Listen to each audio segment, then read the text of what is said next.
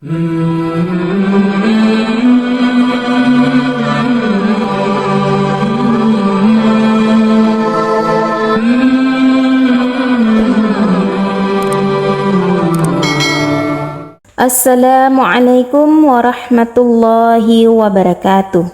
Allahumma salli ala Sayyidina Muhammad wa ala ali Sayyidina Muhammad. Syukur alhamdulillah, para sahabat yang dirahmati Allah bisa berjumpa kembali dengan channel Pintu Rezeki. Kali ini saya akan membahas beberapa kesalahan ketika kita berwudu. Namun sebelumnya jangan lupa subscribe dulu channel ini agar channel ini terus berkembang dan bisa mengupdate video bermanfaat lainnya. Sahabat yang dirahmati Allah, wudu merupakan salah satu cara umat Islam untuk mensucikan diri. Berwudu hukumnya wajib ketika hendak melakukan salat, sebab wudu merupakan syarat sahnya salat. Sehingga ketika akan mengerjakan salat harus berwudu terlebih dahulu. Salat seseorang tidak akan sah apabila tidak berwudu. Hal ini sesuai dengan sabda Nabi Muhammad SAW, yaitu tidak diterima salatmu tanpa bersuci atau wudu. Hadis riwayat Muslim. Tidak hanya itu, sebagai syarat sahnya salat, wudu juga memiliki berbagai manfaat. Salah satunya adalah gugurnya dosa-dosa. Hal ini juga sesuai dengan sabda Rasulullah SAW, yaitu barang siapa yang berwudu secara sempurna, maka dosa-dosanya akan gugur atau hilang di jasadnya hingga keluar juga dari bawah kuku-kukunya. Hadis riwayat Muslim. Adapun kesalahan yang dilakukan ketika kita berwudu, yang pertama yaitu tidak membaca basmalah. Sebagai seorang muslim yang beriman, ketika melakukan apa saja, terlebih dahulu harus mengucapkan kalimat basmalah agar perbuatan yang kita melakukan menjadi berkah. Begitu juga ketika berwudu. Ketika seseorang berwudu dan ia tidak membaca basmalah, maka wudunya dianggap tidak sah. Hal ini sesuai dengan hadis Rasulullah SAW dari Abu Hurairah radhiyallahu an, bahwa Nabi SAW bersabda, tidak ada wudu bagi orang yang tidak menyebut nama Allah atau membaca basmalah. Hadis riwayat Tirmizi. Para ulama memberikan pendapat yang berbeda tentang persoalan ini. Pendapat yang pertama dan menganggap hadis tersebut sahih menjelaskan bahwa membaca basmalah ketika berwudu adalah wajib. Ini merupakan pendapat Imam Ahmad, Hasan Al-Basri, Ishaq bin Rahuyah, dan beberapa ulama lainnya. Sedangkan Ibnu Qudamah berpendapat bahwa jika seseorang meninggalkan hal ini secara sengaja, maka wudunya tidak sah karena dia meninggalkan sesuatu yang wajib. Namun jika dia meninggalkannya karena lupa, maka wudunya sah, sebagaimana keterangan dari Imam Ahmad yang disebutkan dalam riwayat Abu Daud, bahwa beliau bertanya kepada Imam Ahmad bin Hambal ketika ada orang yang lupa membaca basmalah. Imam Ahmad menjawab, saya berharap bahwa hal itu tidak mengapa atau wudunya sah. Kemudian kesalahan yang kedua yang sering dilakukan yaitu melafalkan niat wudu.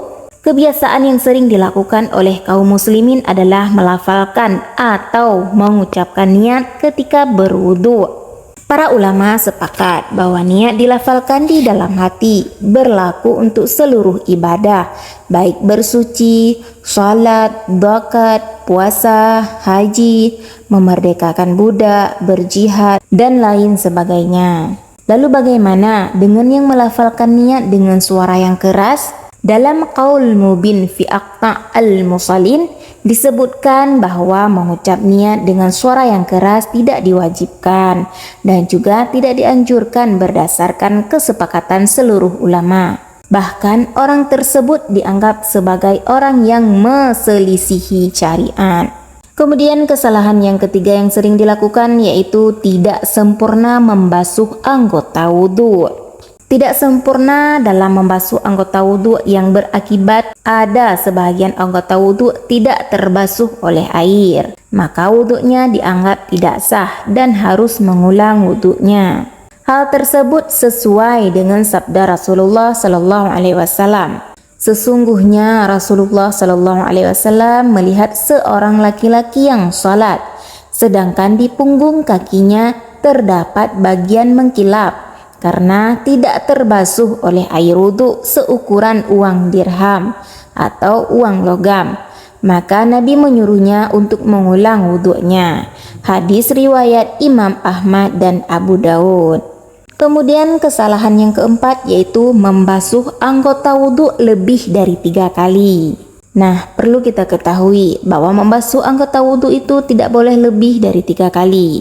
Nabi Shallallahu Alaihi Wasallam tidak pernah menambahkan cucian dalam wudhunya lebih dari 3 kali. Hal ini sesuai dengan tabit dalam Sahih Al-Bukhari bahwa Nabi Shallallahu Alaihi Wasallam berwudhu 3 kali. Membasuh anggota wudhu lebih dari 3 kali merupakan perasaan was-was dari setan. Oleh karena itu, seorang muslim diwajibkan untuk membuang semua perasaan was-was dan keraguan-raguan setelah selesai wudhu, sehingga ia tidak perlu lagi menambah cucian wudhunya lebih dari 3 kali. Kemudian kesalahan yang kelima yaitu boros menggunakan air dalam berwudhu. Seperti yang kita ketahui bahwa boros itu merupakan perbuatan yang tidak disenangi oleh Allah Subhanahu wa Ta'ala. Sebagaimana dalam firman Allah dalam Al-Quran yang artinya, dan janganlah kalian berlebih-lebihan. Sesungguhnya Allah tidak menyukai orang-orang yang berlebih-lebihan. Quran Surat Al-An'am dan Al-A'raf. Dalam ketentuan pemakaian air ada beberapa riwayat yang menyebutkan seberapa banyak Rasulullah menggunakan air untuk mandi dan berwudu. Dalam sebuah hadis disebutkan dari Anas radhiyallahu an, Rasulullah Shallallahu Alaihi Wasallam mandi menggunakan air sebanyak 1 sa' hingga 5 mud. Sedangkan untuk mengambil air sembahyang, beliau menghabiskan air sebanyak 1 mud. Hadis riwayat Bukhari dan Muslim. Di sini ukuran 1 mud seukuran dengan 675 gram atau 3/4 liter. Sementara 1 sa' seukuran 4 mud atau 2700 gram. Kemudian kesalahan yang keenam yaitu menyebut nama Allah dalam toilet. Menyebut nama Allah dalam toilet termasuk juga membawa sesuatu yang di dalamnya terdapat zikir kepada Allah adalah hal yang makruh. Hendaklah seseorang muslim tidak melakukannya. Dari Ibnu Umar radhiyallahu an, beliau berkata, ada seorang lelaki yang berlalu sementara Rasulullah Shallallahu Alaihi Wasallam sedang kencing, maka orang itu pun mengucapkan salam, tapi Nabi tidak membalas salamnya. Hadis riwayat Muslim. Kemudian kesalahan yang ketujuh yaitu beristinja ketika buang angin atau kentut. Tidak ada beristinja atau mencuci dubur ketika buang angin. Istinja dilakukan hanya ketika buang air kecil dan buang air besar. Jadi tidak diisyaratkan bagi orang yang buang angin untuk beristinja sebelum berwudu. Tidak ada dalil yang menjelaskan tentang hal tersebut. Yang ada adalah penjelasan bahwa buang angin atau kentut itu hadas yang mengharuskan wudu. Imam Ahmad berkata bahwa tidak terdapat dalam Alkitab, tidak pula dalam sunnah Rasul, adanya istinja dalam kentut, yang ada hanyalah wudu. Kemudian kesalahan yang kedelapan yaitu tertidur dan tidak mengulang wudu. Jika seseorang sudah terlelap tidur dan akan segera melaksanakan sholat, karena iqamah sudah dikumandangkan di masjid, maka wajib baginya untuk berwudu kembali. Semua itu baik sebentar maupun lama dengan posisi bagaimanapun. Apabila kehilangan kesadaran, maka wudunya dianggap batal. Hal ini merupakan pendapat sebahagian sahabat dan tabi'in, serta diperkuat oleh hadis Ali bin Abi Thalib radhiyallahu an, bahwa Rasulullah Shallallahu Alaihi Wasallam bersabda, mata adalah sumbatnya dubur. Karena itu, siapa yang tidur, dia harus wudu. Hadis riwayat Ahmad. Pendapat tentang tidur yang membatalkan wudu itu berbeda-beda. Sebahagian menganggap bahwa tidur tidak membatalkan wudu. Sebahagian lagi menganggap bahwa tidak semua tidur membatalkan wudu. Kemudian yang kesembilan yaitu berdoa pada saat membasuh anggota tubuh. Membaca doa khusus di setiap melakukan gerakan wudhu seperti doa membasuh muka ini tidak ada dasarnya. Imam An-Nawawi berkata, doa-doa ini yakni doa-doa pada saat membasuh anggota wudhu tidak memiliki dosa.